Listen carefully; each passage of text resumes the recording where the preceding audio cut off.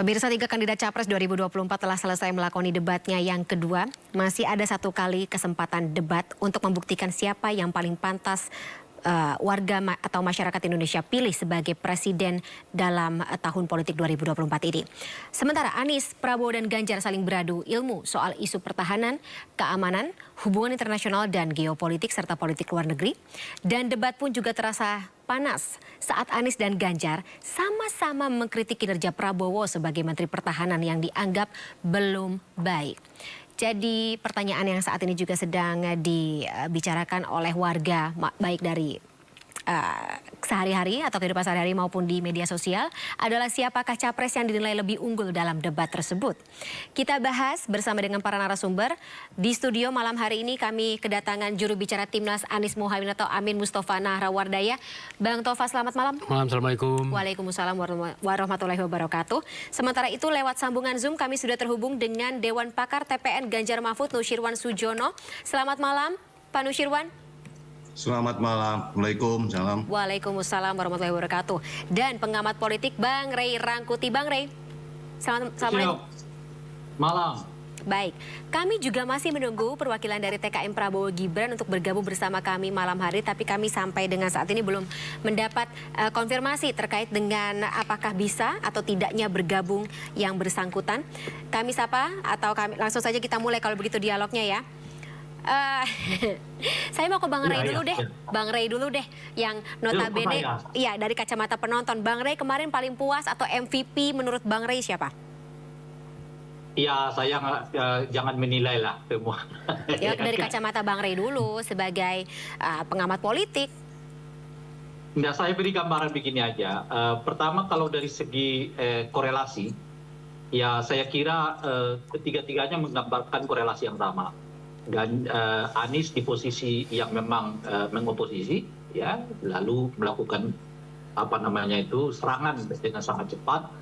Kemudian Ganjar di posisi moderat kritis, gitu, sementara Pak Prabowo berada dalam posisi yang bertahan, begitu. Jadi kalau kita baca dari debat pertama ke debat kedua ini, posisinya kurang lebih sama, gitu. Nah, cuma intensitasnya agak beda.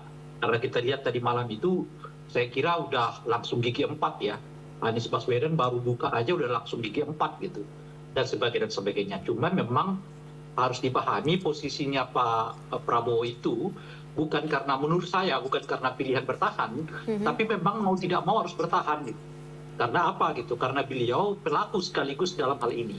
Sehingga kalau kita lihat di di seri pertama lah, ya kan, dari debat itu Pak Prabowo menjadi objek yang saya sebut sebagai evaluasi dari dua paslon yang lain. Jadi semacam ada bentuk jadi kayak ada menuntut untuk pertanggungjawaban sebagai Menhan begitu? Iya, ya. Nah itu ada semacam evaluasi itu karena memang beliau Menhan kan, gitu ya. Dan itu penting bagi 0102 untuk mendapatkan satu rangkaian yang menurut saya memang mereka target gitu. Rangkaian yang mereka target itu adalah untuk membuktikan bahwa di aspek kinerja pun Pak Prabowo tidak terlalu meyakinkan gitu. Kan karena selama ini kan kita tahu bahwa Pak Prabowo itu selalu mengemukakan argumen misalnya dengan mengatakan tidak perlu banyak berbicara, yang penting kerja gitu. Nah, dua paslon ini mengejar kerja-kerja itu gitu.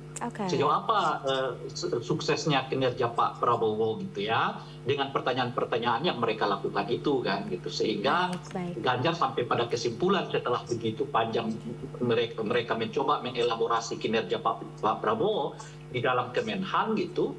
Lalu Pak Ganjar lalu mengambil kesimpulan ya bagi saya angkanya cuma 5 gitu ya. Lalu bagi Anies 1:1 per 100 begitu ya. Nah jadi memang dua target itu sekaligus dicapai. Target pertama adalah melakukan evaluasi sehingga dengan begitu mereka dapat menyimpulkan bahwa Pak Prabowo sebetulnya dengan tagline kerja-kerja itu ya, mereka mau memperlihatkan kepada publik bahwa Pak Prabowo nggak begitu bersinar juga gitu, kerja-kerja gitulah kira-kira gitu. Nah poin keduanya menurut saya yang mereka lakukan itu karena semua orang awalnya menduga dan saya kira bukan menduga, tapi sudah membuat semacam kesimpulan bahwa Pak Prabowo akan lebih menguasai materi debat dibandingkan dengan dua kompetitornya. Dalam hal ini 01 maupun 03. Tadi malam itu dua kompetitor ini mencoba mengimbanginya dan bahkan pada tingkat tertentu kelihatan bukan saja bisa mengimbangi, tapi bahkan mungkin lebih dalam pemahamannya soal yang berhubungan dengan keamanan, hubungan internasional, geopolitik, macam-macam dan sebagainya itu. Artinya apa? Artinya kedua paslon ini di luar Pak Prabowo ingin memperlihatkan kepada publik bahwa mereka juga menguasai tema ini. Mereka meskipun mereka bukan orang yang bekerja di bidang atau punya pengalaman sehari-hari dalam bidang ini. Oke, interesting. Kalau begitu saya ke Pak Nusyirwan, ini adalah sebuah big surprise sendiri terkait dengan bagaimana performa Pak Ganjar kemarin dan bahkan dalam beberapa polling yang dilakukan oleh media sosial dan juga lembaga survei Pak Ganjar dianggap paling unggul, MVP semalam, Pak Nusyirwan. Kami bersyukur event tadi malam, debat Capres tadi malam, ini adalah waktu, saat untuk pemirsa di seluruh Indonesia, rakyat, kemudian juga tidak boleh dilupakan adalah para peneliti, para lembaga survei, para pengamat, siapapun dia, melihat langsung kualitas dan kapasitas calon presiden. Karena selama ini hanya ditampilkan angka, ditampilkan oleh para juru kampanye, menyampaikan A, B, C, D, E, dan macam-macam. Tapi event tadi malam itu bisa menggambarkan sesungguhnya yang paling cocok untuk memimpin negara itu siapa.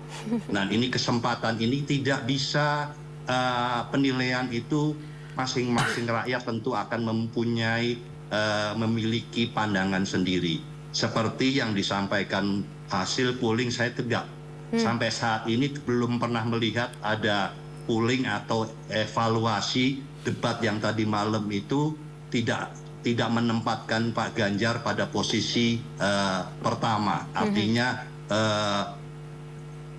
kalau saya yang mengatakan sebagai juaranya itu adalah Pak Ganjar, tentu semua mengatakan ya kami timnya. Tapi ini semua kata orang yang melihatnya dari luar, semua tinjauannya demikian.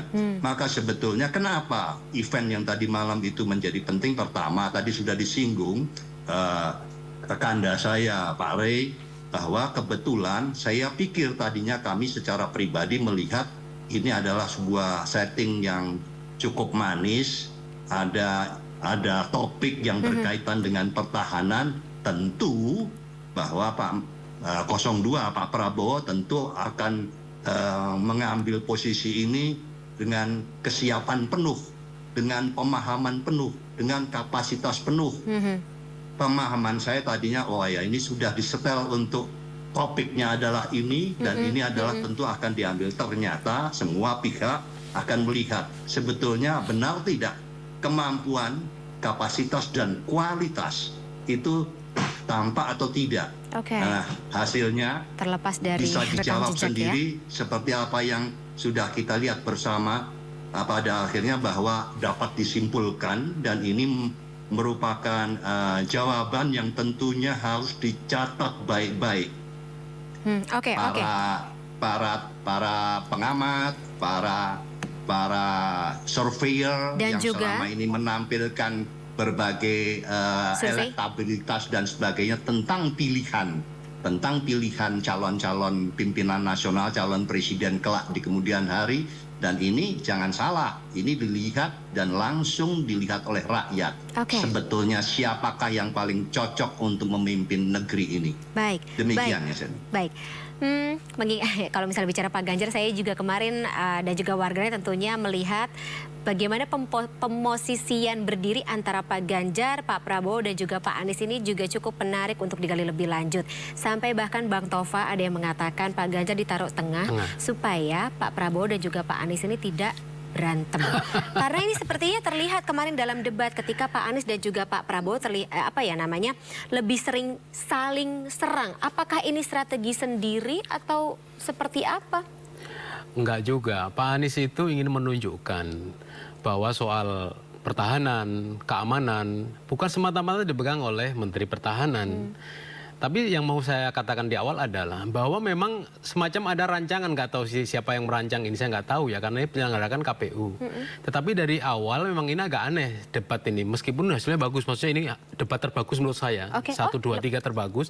Tetapi di sini memang ada keunikan-keunikan atau keanehan ya, misalkan ya. Tapi terbagusnya dalam hal apa untuk menggali gagasannya? Oh ya, berhasil? jadi misalkan ya, waktu yang pertama kali itu biasa-biasa landai. Yang kedua ada isu jebakan, isu apa itu namanya alat-alat bantu, kecurangan dan sebagainya. Yang ketiga ini murni dan mereka berhasil mengeluarkan kemampuannya. Tetapi ya adalah yang semula orang memprediksi bahwa Pak Prabowo ini adalah menjadi penguasa di kandang sendiri di pertahanan. Tetapi ternyata dia jatuh KO di paling terendah.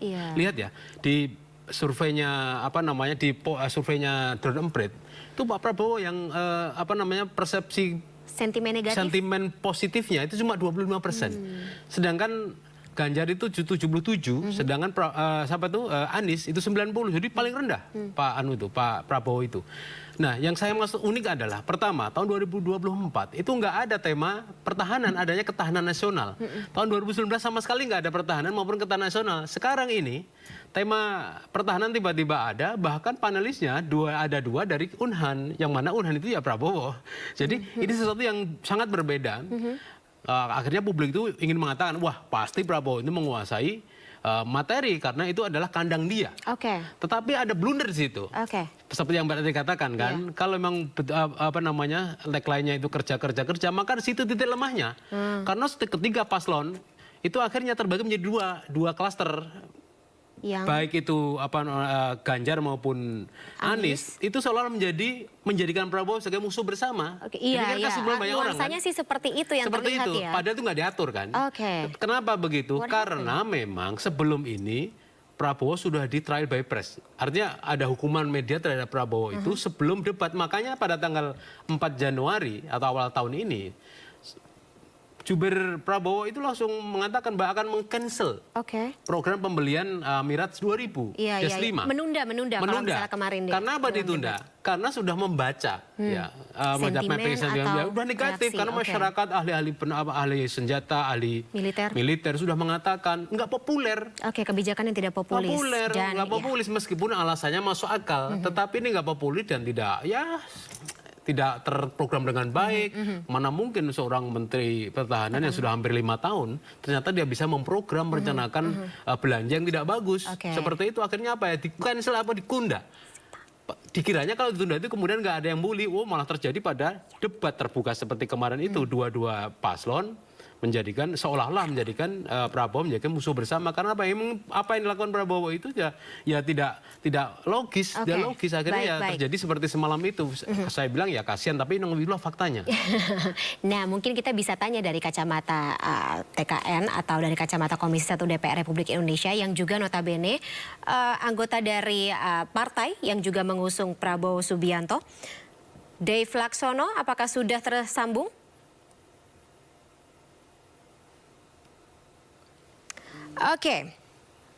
Baik. Kalau begitu kita jeda sesaat dulu ya. Kita akan gali lagi di segmen berikut terkait dengan bagaimana jalannya debat kemarin, karena kita masih akan ada beberapa poin-poin atau tentunya momen-momen yang mungkin bisa menjadi sebuah gambaran tersendiri terkait dengan tidak hanya bagaimana para capres ini memberikan gagasan atau visi misi, tapi tentunya meyakinkan para calon pemilih untuk mencoblos mereka di pemilu atau dalam Pilpres 2024 14 Februari mendatang. Tetaplah bersama kami pemirsa, Sindoprem masih akan segera kembali.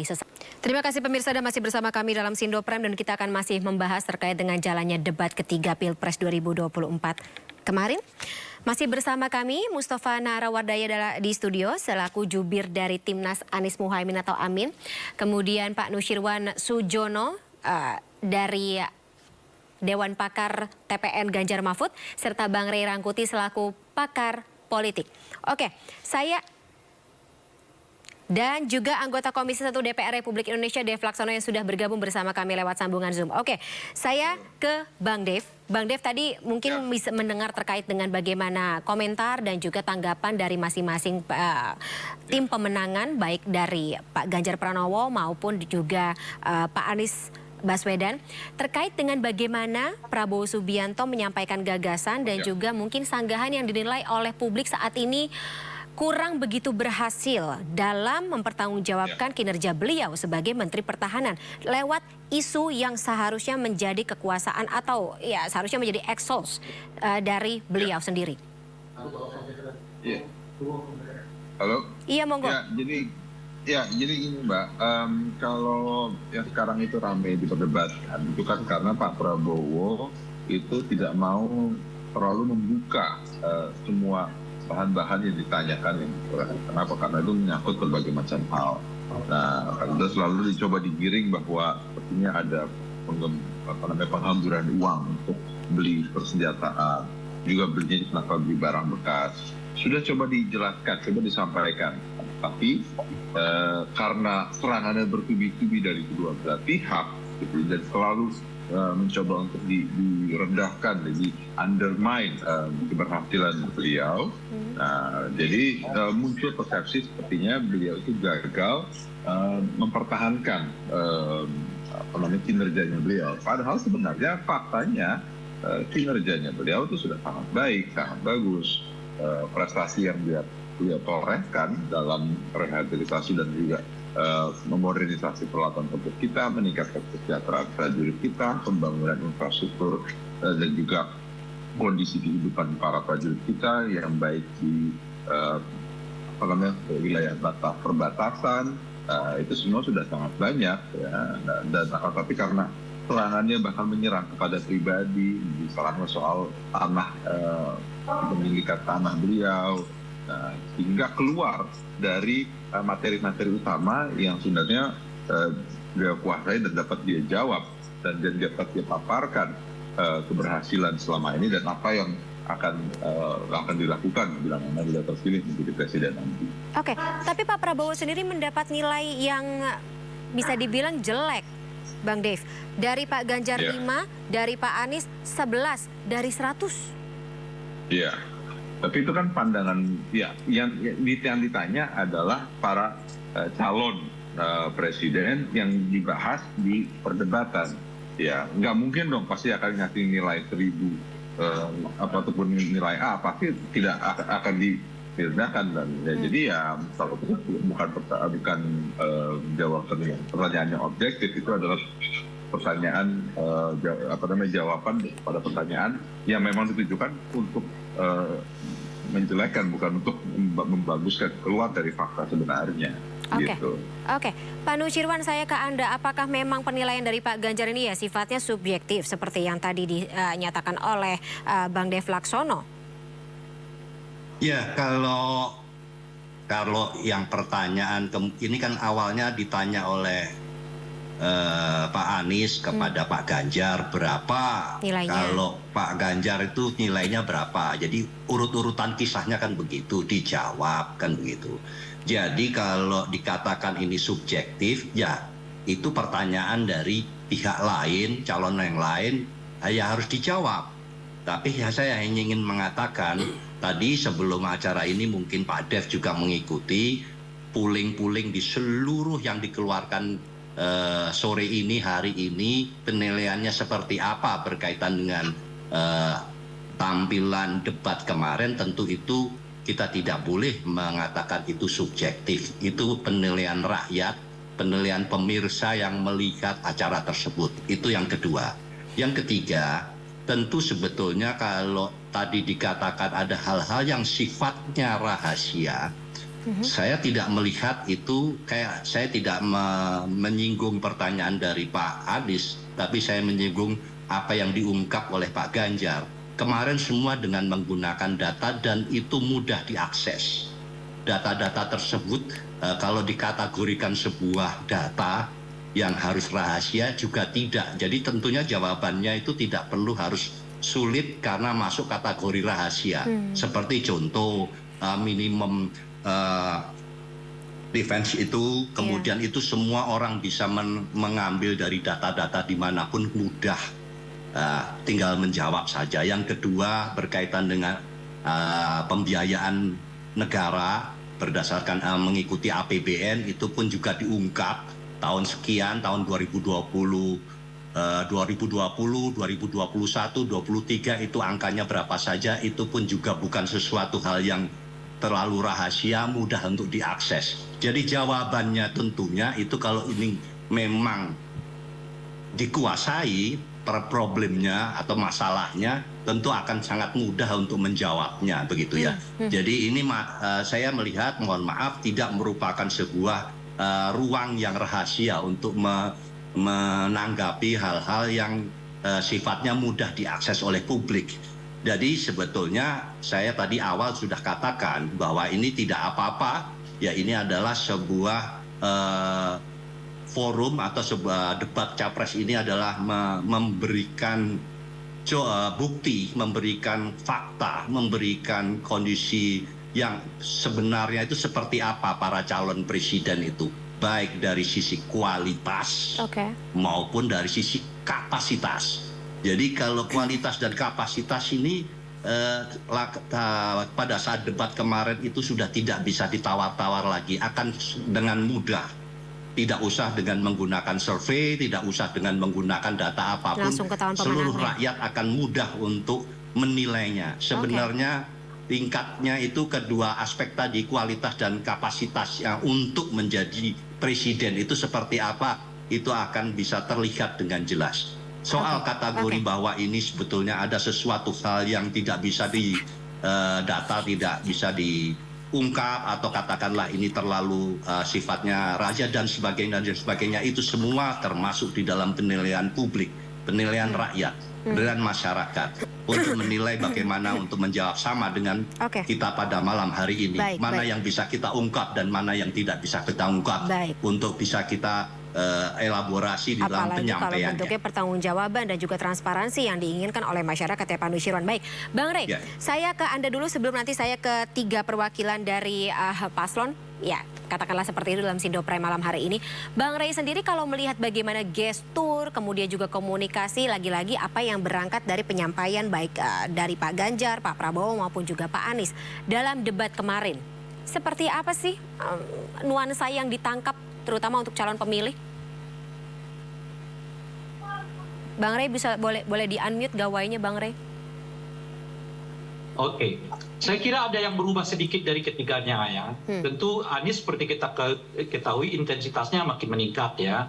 Kemudian Pak Prabowo sebetulnya agak berbeda dengan penampilannya pertama. Kalau penampilan pertama itu kan beliau kelihatan lebih santai lah menghadapi debat itu gitu ya. Akhirnya kemudian tanda kutip lebih banyak sedikit guyonnya gitu, dan kadang-kadang tidak menjawab terlalu serius jawabannya begitu ya. Tapi kemarin maka muncul istilah-istilah yang kemudian populer di tengah masyarakat kan, sorry ye itu ya, dan sebagainya itu gitu. Tapi tadi malam itu kelihatan agak serius, meskipun waktunya lumayan dipergunakan dengan baik oleh Pak Prabowo, sesuatu yang kelihatan tidak terlihat di debat pertama gitu. Tapi ada yang tetap konsisten. Apa yang konsisten itu, beliau tidak menggunakan catatan apapun untuk mendiskusikan semua ide maupun tanggapan-tanggapan yang ada pada debat itu. Gitu. Keuntungan atau kerugian sendiri itu Bang Rey? Kenapa? Itu keuntungan atau kerugian sendiri ketika tidak bawa catatan seperti yang dilakukan oleh Pak Ganjar maupun Pak Anies? Kalau konteksnya Ganjar dengan Anies bawa data, saya kira ya itu masuk kategori kerugian Pak Prabowo gitu. Saya tidak tahu, nanti mungkin Bung Dep bisa menjawab mengapa tidak disiapkan berbagai data yang menurut saya ya, bacaan saya, semua pertanyaan-pertanyaan yang dikemukakan oleh Anies maupun oleh Ganjar itu sesuatu yang akan bisa ditebak gitu. Sebetulnya gitu. Itu akan masuk ke food estate, ya, akan masuk ke pembelian senjata gitu ya, akan masuk ke soal kinerja hubungan internasional kita dengan negara-negara lain, penampilan Pak Menhan di berbagai pertemuan-pertemuan macam-macam. Itu menurut saya sesuatu yang terlalu mudah untuk ditebak bakal jadi pembicaraan di dalam forum debat itu.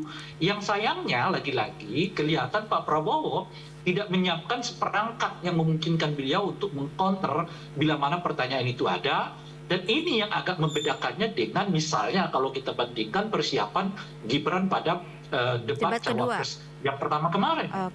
Gibran bahkan sebelum si penanya bertanya, beliau sudah mengatakan saya sudah mengerti nih kemana maksud pertanyaan gitu. Artinya Gibran menyiapkan diri dan sudah untuk bisa diserang. menebak kira-kira pertanyaan apa yang akan disampaikan. Nah sayangnya Pak Prabowo sepertinya ya mungkin sudah di briefing bahwa akan ada pertanyaan-pertanyaan ini, tetapi situasi di lapangan ternyata membuat ya segala sesuatunya bisa berubah gitu. Oke. Kalau dari kacamata Anda Bang Rey, ketika ya sebagai seorang Menhan dan kebetulan kerja-kerja beliau akan menjadi sebuah poin sendiri dalam debat tersebut. Tapi titik atau momen yang ketika Bang Rey lihat Pak Prabowo, Pak Anies dan juga Pak Ganjar ini berubah secara nuansa, secara emosional, secara psikologis, kapan? Kalau Pak Ganjar saya kira lebih tenang ya, lebih tidak memperlihatkan emosi yang berlebihan, tetapi intensitas, struktur menyampaikan pesan lebih tepat, lebih tertata dan lebih sedikit rapi begitu ya. Kalau Anies ya tentu seperti kita ketahui, malah menurut saya sedikit performa Anies ini agak berkurang begitu ya. Pada momen tertentu kelihatan dia agak goyah gitu ya, meskipun ujung-ujungnya dia tetap bisa mengendalikan suasana, dan itu memang memperlihatkan kepada kita bahwa Anies cukup berpengalaman untuk forum-forum debat seperti itu. Walaupun ada tekanan gitu. Kadang-kadang dia kelihatan kehilangan sesuatu, tapi dengan cepat ditutupi oleh dia gitu. Nah yang menarik itu selain menurut saya Pak Prabowo sedikit lebih banyak berbicara pada malam kemarin, tapi pada saat yang bersamaan Pak Prabowo sebetulnya juga menangkis dan sekaligus melakukan serangan gitu. Jadi kalau disebut bahwa Pak Prabowo dalam kondisi bertahan, untuk malam ini menurut saya tidak tepat juga disebut bertahan gitu. Karena sempat ada serangan. Itu yang saya sebut tadi di awal, Pak Prabowo itu bertahan bukan karena pilihan, tapi bertahan itu ya karena memang posisinya membuat beliau harus di situ gitu. Jadi itu bukan pilihannya gitu. Nah kalau misalnya Anies membawa debat masuk ke tema soal etik misalnya, di situ Pak Prabowo melakukan tanda kutip serangan kok. Anda nggak berhak membicarakan etik, nih, gitu loh kira-kira. Itu kan sebetulnya masuk ke dalam soal serangan itu dan seterusnya gitu. Jadi pada tingkat tertentu dan boleh jadi mungkin di debat ketiga Pak Prabowo akan melakukan serangan juga kepada dua paslon yang lain ini karena beliau tidak lagi punya beban ya kinerja gitu lah ya, seperti yang punya debat kinerja pada debat kedua itu gitu. Baik. Ya sebenarnya kalau misalnya kita bicara mengenai serangan atau saling sanggah dalam konteks yang tidak terkait isu dibahas dalam debat kemarin memang lebih banyak terjadi antara Pak Prabowo dengan Pak Anies. Tapi saya ke Bang Dev lagi, apalagi kalau misalnya kalau misalnya membaca perspektif ada dari Komisi 1 DPR ketika banyak kebijakan Kementerian Pertahanan yang menjadi sebuah poin untuk diperdebatkan dalam debat kemarin, anggaran, kemudian juga food estate. Tapi saya nggak tahu apakah ini memang masuk ranah Komisi 1 atau tidak. Tapi kan ini menjadi menjadi sebuah kewenangan dari DPR ketika anggaran tersebut ternyata bermasalah, terus kemudian penggunaan anggarannya dianggap tidak tepat guna. Bagaimana Anda memandangnya? Jadi gini, yang mestinya jadi pertanyaan juga, semua paslon ini itu kan adalah dari partai yang ada di parlemen, dan semuanya itu ada di Komisi 1. Bahkan pimpinan partai ada juga yang anggota Komisi 1. Pimpinan DPR termasuk Caimin pun juga anggotanya di Komisi 1. Berarti mitranya Kemhan. Nah, jadi kalau mau mempertanyakan, mempermasalahkan, meributkan, ya itu dua belah sisi, dua belah pihak. Kenapa? Karena ya selama bertahun-tahun kita membahas anggaran, membahas kebijakan, dari semua masing-masing partai tidak pernah ada yang mengkritisi secara teknis, menolak ataupun mempertanyakan semua kebijakan-kebijakan Menhan yang di bahan debat, bahkan diberikan nilai 5 atau 11. Nah ya, jadi semestinya para masing-masing partai pendukung atau partai di mana para paslon itu berada, yang mestinya dikembalikan kepada masing-masing partai. Jadi kesalahannya itu ada di mana? Kenapa selama 4 tahun tidak pernah diperhitungkan, lalu sekarang pada saat debat baru dipermasalahkan? Oke, baik. Kalau begitu saya ke Bang Tova. Bang Tova, dari partai pengusung Pak Anies sendiri ya ada yang menjadi anggota Komisi 1 DPR dan notabene waktu pas lagi pembahasan di Komisi 1 DPR tidak mempermasalahkan soal anggaran Kementerian Pertahanan. Tapi ini menjadi amunisi untuk ya tadi di debat ketiga kemarin. Pertanyaan serupa itu pernah ditanyakan kepada posisi Muhaimin juga. Sebagai wakil dari Pak Anies. Pak Anies. Loh, dulu Pak Muhaimin itu meresmikan IKN, kok sekarang menolak, kata kasarnya gitu kan. Bedakan dong, dulu kan belum berkumpul dalam satu koalisi. Boleh sendiri. Ketika sudah koalisi, ada kebijakan baru di situ. Baik yang dulu itu mendukung, dulu itu setuju atau nggak setuju, mereka punya penilaian baru. Karena perkembangan dari 4 tahun sebelumnya kan ada perkembangan baru kan, peruntukan itu apa. Pak Prabowo itu kan selalu jangan terbuka lah, ini kan rahasia. Tapi kan persoalan ketika di DPR, lihat tuh, tidak semua tertutup kok. Ternyata yang diomongkan cuma anggaran sekian triliun setiap tahun sekian triliun, terbuka semuanya. Tetapi kan kemarin kan kemudian istilah kejebak dalam omongannya sendiri kan. Jangan kemudian mengumbar kelemahan pertahanan kita karena membahayakan rakyat. Lalu seperti dumubon, kamu cinta negeri ini enggak? Kamu cinta tanah air enggak? Seolah-olah kalau kita itu enggak setuju dengan Pak Prabowo untuk tertutup, itu enggak cinta tanah air. Digiring ke situ. Oh enggak, ini dinamika politik namanya. No problem. Yang ingin saya katakan adalah bahwa ini semuanya di luar prediksi. Ya, di luar prediksi. Termasuk yang dikatakan Mas Dev, ya. Ketika dikatakan nilainya 5, 11, itu kan dia nggak membawa handphone loh. Dia tidak mengerti apa yang terjadi di luar, hasil survei di luar loh. Tapi kan ternyata sama persis dengan yang, bukan sama persis, maksudnya seiring ya, seiring inline. Misalkan yang Drone itu mengatakan sentimen paling negatif itu ya Pak Prabowo, sentimen tadi kan positif ya. Sekarang negatif, paling negatif Prabowo 69%. Akibat debat ketiga kemarin. Debat ketiga itu. Lalu yang nomor 2, 15% itu Pak Ganjar yang paling kecil adalah Pak Anies cuma 5%. Artinya 6%. Artinya ini memang inline sama persis dengan yang disurvei di luar studio. Artinya apa yang dikatakan di awal bahwa nilainya menurut Pak Ganjar di 5, menurut Pak Anies 111 di antara paling tinggi 100. Inline dengan yang di luar. Padahal itu di awal disampaikan, artinya dia tidak melihat dulu perkembangan luar apa sih, nggak ada. Artinya memang itu prediksi itu sesuai dengan apa yang disurvei para ahli-ahli di luar. Jadi ini memang sesuai. Yang ketiga, soal debat itu. Lihat ya, tadi kan Mbak Anang mengatakan kan, ketika Pak Prabowo kok seperti apa namanya? Seperti ya menyerang. Terus dia gini, ini berbeda. Kalau Pak Prabowo menyerang, ketika dibalik bukti untuk menjelaskan serangannya itu nggak bisa dia. Bisa, mau saya contoh. Angka Anda itu salah semua. Lalu ditanya balik kan, coba yang benar angka berapa? Saya nggak ada waktu. Berbeda dengan Ganjar, khususnya lihat ya, langsung mengeluarkan angka.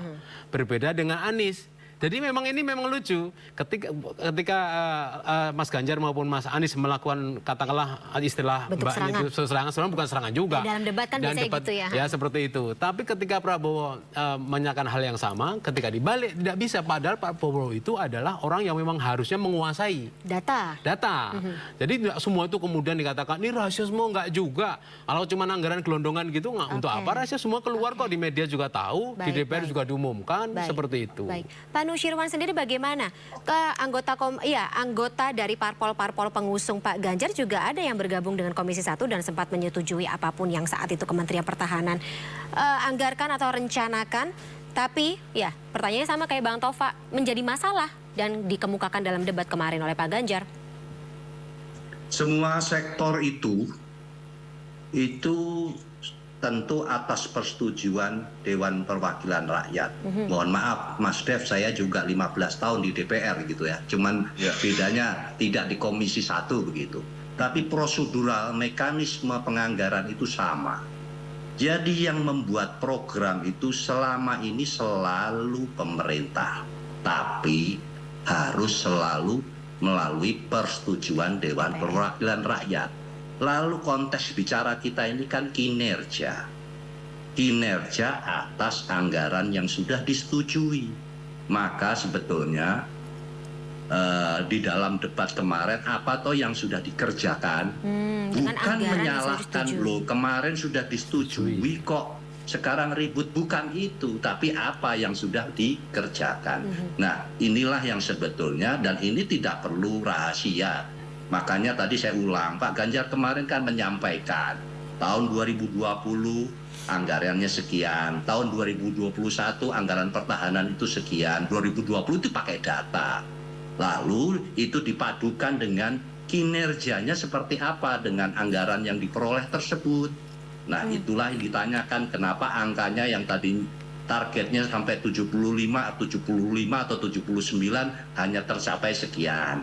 Kemudian target untuk hal yang satu lagi, karena saya tidak di Komisi Pertahanan, ini harusnya sekian, tidak selesai. Nah itu, jadi sebetulnya yang kita bahas itu bukan serang menyerang kok. Ini semua dengan menggunakan gagasan program ya. Memang ada Presiden mengatakan bahwa lebih banyak pribadi, ada beberapa hal yang diungkap tentunya khususnya adalah dari Pak Prabowo dan Anies ya. Dan tapi sebetulnya secara keseluruhan itu pribadi itu juga terkait dengan program, terkait dengan gagasan. Jadi juga di dalam debat kemarin itu sebetulnya bermutu juga karena isinya adalah program dan gagasan. Tergantung sekarang penguasaan program dan gagasan itu mampu tidak diimplementasi untuk dibaca oleh rakyat. Dan itulah tadi berkali-kali saya katakan ini adalah ukuran sebuah kualitas dan kapasitas seorang pemimpin. Nah, jadi berkaitan dengan apakah itu serangan ataukah itu berkaitan dengan pribadi, saya melihat itu semua masih terkait dengan program dan gagasan apa yang akan dilakukan. Sehingga tentu kan kalau orang menyampaikan program, tentu apa yang Anda sudah kerjakan setelah memperoleh anggaran. Kebetulan saya malah terbalik Pak Dev. Kemarin saya melihat bahwa ini adalah sebuah setting yang luar biasa. Sehingga ada tema pertahanan untuk debat yang kemarin. Dan ini kan tentunya secara pemikiran awam tentunya ini sangat-sangat dikuasai dan akan tampil dengan optimal. Karena momen itu tidak bisa diulang untuk kedua kalinya. Tapi rupanya yang terjadi adalah terbalik dan itu kami ya bersyukur saja. Tentu kita diberi anugerah, diberi berkah untuk menunjukkan kapasitas dan kualitas. Baik Pak Nusirwan, Bang Dev, terakhir ketika tadi ya sentimen yang terjadi di media sosial, terutama untuk calon pemilih melihat Pak Prabowo harusnya excels dalam isu ini sebagai Menteri Pertahanan, tetapi justru malah didesak oleh dua kompetitor lainnya, Pak Ganjar dan juga Pak Anies. Ya, jadi ini dalam perdebatan, dalam proses pemilihan ini, pemilu akan ada banyak dinamika yang berjalan. Kayak waktu Mas Gibran pertama kali debat ya, di debat kedua kemarin, banyak orang meragukan, mengkhawatirkan bahwa dia tidak mampu menghadapi seorang Caimin dan seorang Prof. Mahfud, akan tapi justru tampil dengan luar biasa. Nah, ya, ini masih ada waktu sekitar 35 harian lagi menjelang pemilu. Sekarang tinggal kita ke depan mengelola isu-isu dan terus terjun ke bawah, terus meyakinkan masyarakat untuk kita bisa mendapatkan hasil terbaik. Dan masih ada 3 debat lagi ya. Jadi masih bisa banyak. Ada 2 debat lagi? 2 debat lagi. Iya, satu untuk cawapres, satu untuk capres. Jadi kesempatan Pak Prabowo, Pak Ganjar dan juga Pak Anies tinggal 1 kali lagi. Ya, masih ada kesempatan untuk lebih menggali kapasitas kapabilitas dari Pak Nusirwan sampaikan ya, ini belum akhir segalanya, akan tapi ya kami yakini dan telah terbukti selama ini. Jadi jangan dilihat dari satu debat saja pengalaman dan keberhasilan Pak Prabowo menjabat sebagai Menhan.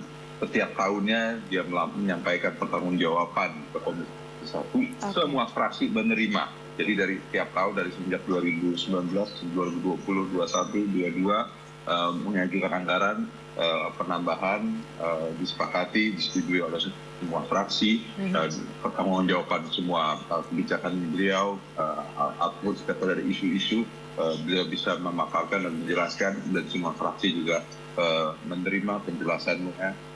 Jadi kalau dari sisi DPR tidak pernah ada kendala apapun, tidak pernah ada penolakan apapun selama bertahun-tahun. Jadi ya itu kita lihat bahwa selama ini beliau berjalan dengan baik, memimpin Kemhan dengan baik, terus membuat inovasi-inovasi yang luar biasa, dan kita yakinkan ini dan terbaik untuk bangsa dan negara. Oke, baik. Aduh, sebenarnya sih masih ingin membahasnya ya, terutama ketika kita belum melihat kalau menurut Bang Rey MVP-nya kemarin siapa. Mungkin singkat saja, kalau Bang Rey MVP-nya siapa tadi udah disebut ya, Pak Ganjar ya yang paling unggul atau bagaimana? Atau tiga-tiganya punya keunggulan? Ya, di luar Pak Prabowo saya kira semuanya mengambil keuntungan yang positif gitu. Oke, di luar Pak Prabowo. Berarti Pak Ganjar dan juga Pak Anies memiliki keunggulannya masing-masing ya. Bang Tova sama Pak Nusirwan sama-sama tersenyum. Baik, terima kasih sebelumnya Bapak-Bapak karena durasi sudah habis. Terpaksa kita sudahi dulu dialog kita pada malam hari ini. Bang Dev, Bang Tova di studio dan juga Pak Nusirwan serta Bang Rey Rangkuti, kita ketemu lagi di lain kesempatan. Mungkin membahas terkait dengan jalannya debat keempat dan juga kelima nanti ya. Lagi-lagi hanya 2 kali kesempatan untuk menampilkan gagasan dan juga visi misi di depan publik ketika nanti beliau-beliau ini akan terpilih dalam tahun politik 2024. Sekali lagi terima kasih atas waktunya. Kita jumpa lagi lain kesempatan. Sekali lagi ya, salam sehat selalu. Sampai jumpa. Bang Tova, terima kasih. Sampai ketemu ya.